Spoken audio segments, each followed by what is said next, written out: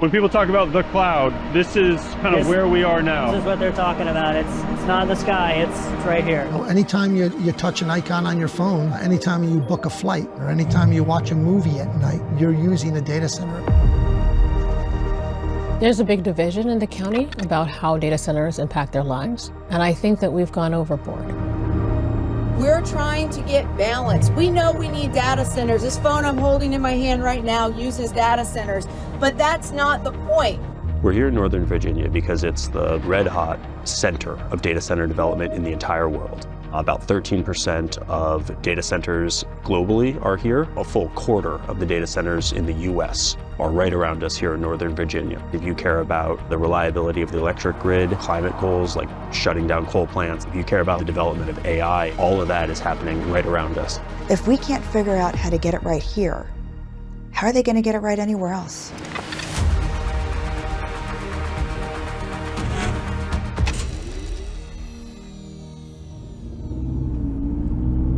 We're driving to Gainesville, where we're going to meet with a woman who lives right next to a data center development called Village Tech Park. It's been criticized for being basically too big, too close to homes, and there's another big development planned on the other side of her, so she feels just sort of besieged, kind of surrounded by these big data centers. Hey, I'm Josh. All right, nice to meet you. Nice to meet you too. Seeing the change over the years has just been drastic. We knew the shopping centers were going to come. We didn't mind those, but the data centers has been a complete shock for us residents here and in the area in general because the train's coming. And that's gotten louder. How has it gotten louder? Because there used to be a lot more trees lining it. Oh. So Okay, by them got it. taking down all the trees, it's become a lot louder. Would you ever consider moving? Yes, we are looking to move. Shortly after they started talking about the data center, we talked about it, but unfortunately I have a child who is in school, so we decided to stick it out until she graduates and then relocate someplace different. So people sometimes ask, why is Northern Virginia the data center hotspot for the entire world? And the reason is that in the last century, data processing companies came here because their customers, government agencies in DC, were here. So they built data processing facilities. And then as the internet developed, there was a good fiber network here. There's a really strong, reliable, and relatively cheap power grid. So data centers can hook up to electricity, which is the juice they need. There's fewer natural disasters here, knock on wood, and lots of open land. There's also been some tax break laws passed to encourage data center development around here.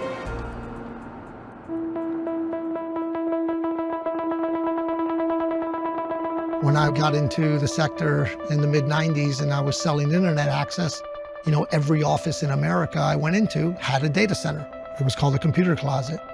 And as kind of the internet grew and people realized, I can't have this critical data, this application, in some room where there's a pipe overhead and it could burst at any time. And that's what gave rise to third-party data centers where customers could rent space and put their equipment in a purpose-built master plan type of building that would ensure that their data, their application would survive, 100% uptime, would always be powered, would always be cooled. Come on in. Wow. How tall is this? This is about 20 feet up. When it's all said and done, we'll be 3 feet higher in the space. Okay. Because that's where all of our cold air is going to be coming under the floor into the servers. And that's why you need so much electricity. Correct. Also. Yeah. And how many square feet is this? This is about 20 to 21,000 square feet. Wow. So we'll have 10 data halls that are around the same. So about 20 in my apartment, 20 in my New York City apartment. Yeah. New York City, it might be a little bit smaller. Yeah. So over here is called our cold aisle containment system. This is where all the cabinets are landed and lined up. Why do you need a cold aisle? Why's it got to be cold? We have to make sure that they stay cold while the servers are all on inside of each rack. We have to make sure all the output that they're doing is staying as cold as possible so they run efficiently. How much electricity would this whole room consume? Once this room is at full capacity, it can go up to 4 megawatts of power. Okay, 4 megawatts. Help me out with that. Well, like how many homes could that power? Yep, so if we break it down, 1 megawatt could power about 3,000 to 4,000 homes. So this could power up to 12,000 homes. Wow. So what are we going to see out here? So right now we're on the roof of this data center. You can see it's filled with what we need to cool down all of those CRAC units or computer room air conditioners we saw inside the data hall. Okay. So these are called ACUs, or air conditioned compressors. They're kind of noisy. Yes, they're very noisy. That's why we kind of have the walls. Okay. It kind of boxes in the sound. Okay. Because we keep the residents in mind. So we try and make sure the sound is as buffered in as possible. They would be louder during the summertime. I was going to say, it's kind of cold. We should have brought our jackets. Why are they even running right now? So they're running on what's called a free cooling mode, which means it's using the outside air instead of... Just big fans. They're big fans. Big fans. Why is it so important that you have power continually? If you didn't have power and the data center just shut down for a couple days, why is that a big deal? In data centers, we have healthcare, we have transportation, we have government. Imagine a government shutdown, how chaotic that is. Something like that happens in a data center, nobody can send an email, nobody can work. Everyone loves to have the day off, but it has such a huge impact on the neighborhood, the city, the world. I was elected in November 2023. I wanted to run because I disagreed with the direction the county was going in, particularly with land use and with the placement of data centers. The good thing, data centers do generate revenue. And last year, when we raised the CMP tax rate, we generated more money, for the county and for our schools. But everything in moderation. For us on the Board of County Supervisors, I'm saying we have to be the traffic cop. We cannot approve a data center any and everywhere. These are industrial warehouses. They shouldn't be next to homes, schools, national parks. They should be in areas that have enough power to run these facilities. The land we give to data centers is land that other businesses aren't able to purchase. It's also land that, we're not able to use for housing or retail or any other developments. Virginia is a beautiful commonwealth. It's very scenic. We have so much history here. I'm afraid that that's going to be lost if we're just giving in to data centers' demands.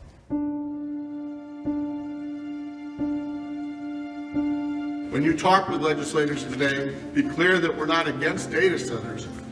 We want them to be better. Our morning started really early in a really cold, really dark parking lot where we met a group of data center opponents, and we all got on a bus to travel here to Richmond, where they are lobbying their lawmakers for what they would call responsible data center development. In transportation, there are speed limits, there are safety standards, there are noise limits, and we're here to lobby about an industry in Virginia that is overwhelming us, and there are no laws and standards.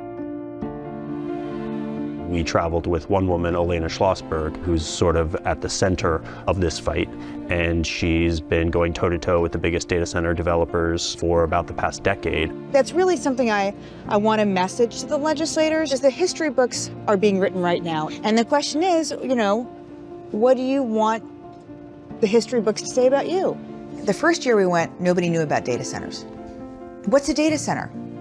The next year we went, suddenly people are starting to go, oh, there's maybe something about data centers. Oh, so the Legislative Review Commission report finally came out, and my favorite word was unconstrained. Unconstrained data center development is what is risking our reliable energy, our clean air and clean water, the health and well-being of the state of Virginia. So we're here in Data Center Alley. This is Data Center Alley. This is around 20 million square feet of planned data center development. The digital gateway, that looks so beautiful, 23 million square feet of data center development. I mean, look at the size of these buildings. They are massive. And this is not enough, by the way. They've got to build all the transmission, but we don't even have the generation to plug the transmission into.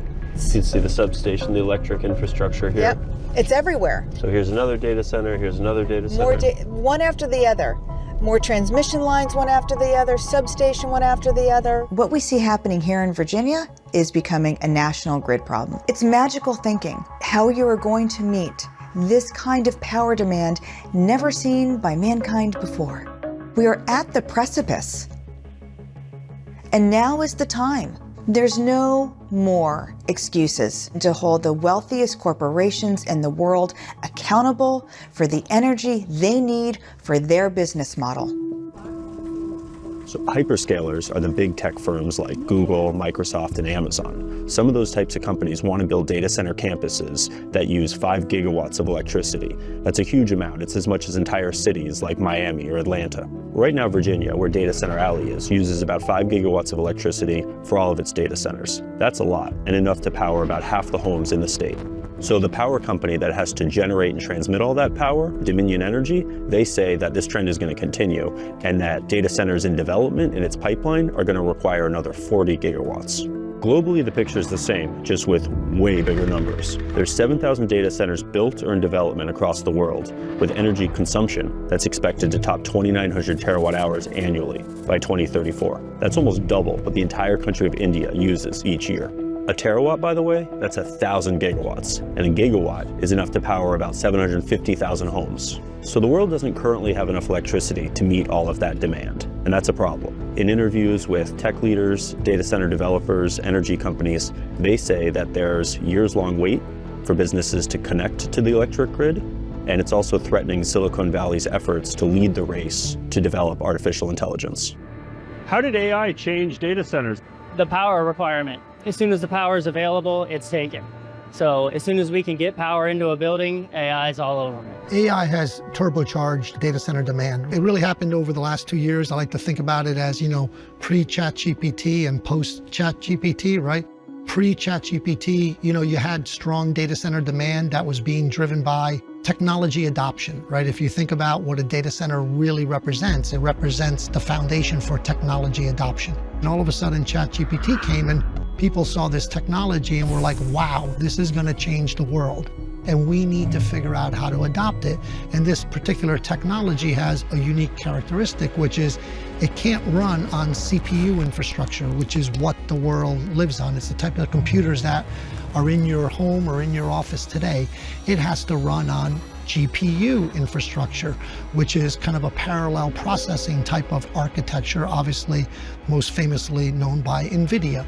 And because the power factor of these GPUs is 5x, 10x the power factor of a regular data center CPU rack, it's driven this incredible demand for data center capacity. So I do think it's going to impact sustainability goals over the short term, and we're going to be using a lot more fossil fuels. I think it's kind of inevitable unless someone wants to put a pause button on this. But ultimately, it feels like the utilities are committed to a long-term renewable future.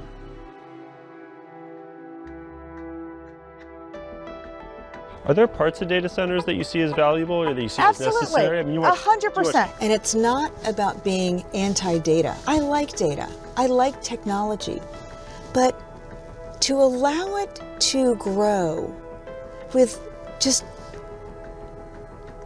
no constraints, no guardrails, no accountability. The reality is that the community is the ones that are being asked to sacrifice. And so something has to change. My vision of the future is mixed. We're at the beginning of in my view, a multi-decade, multi-century engagement with technology.